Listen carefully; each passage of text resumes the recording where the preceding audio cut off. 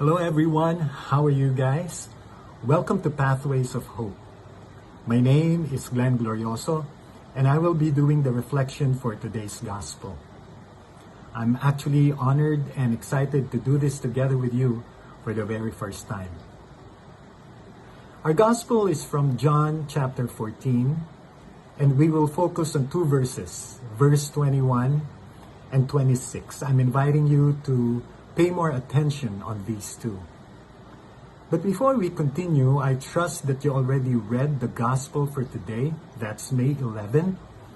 It is actually included in this post as a text. But if you haven't yet, please pause this video for a while and take some time to read so that we can get the most out of our time together. We begin with verse 21. Jesus was speaking. He said, "Whoever observes my commandment is the one who genuinely loves me." 2 points, brothers and sisters. Observance of the commandment and loving the Lord. Let me ask you, what comes to mind every time you hear the word commandment? Does it feel like a prison cell that cuts off all our freedom? Or is it more of a protective fence that guards our life? You see, it's important for us to appreciate why God has given us the commandments in the first place. Because it will help us to easily follow the Lord and follow His commandments. And we know very well that the commandments is a protective fence that will shield us from the enemy and ultimately guard our life.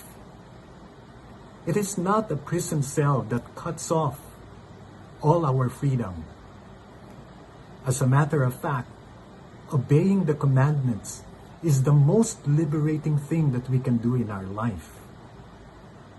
On the other hand, following the world, loving the world, is the most enslaving thing that we can inflict in our life. Then you say, but it's difficult to love the Lord. It's difficult to follow His commandments. I will agree with you. I myself, I'm struggling on these things. But you see, I always say this, madaling sumunod sa batas kung mahal mo ang Pilipinas. In the same manner, madaling sundin ang utos kung mahal mo ang Diyos. It is easy to follow the rule if we love the ruler. But then you say, it's difficult. Now we go to verse 26.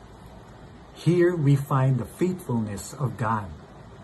He said, the Paraclete, the Counselor, the Advocate, the Helper, the Holy Spirit, whom the Father will send in my name, He will teach you all things, and He will remind you of everything that I told you about.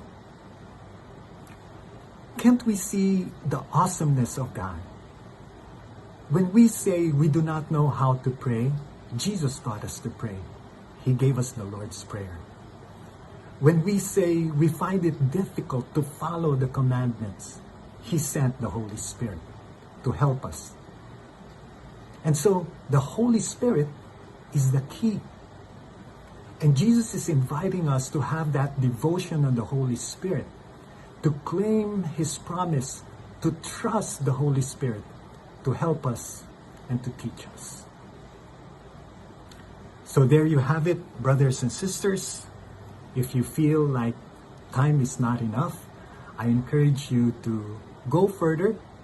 Maybe you can bring this into a time of prayer immediately after the video.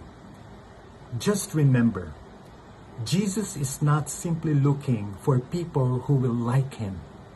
It's not enough that we like Jesus.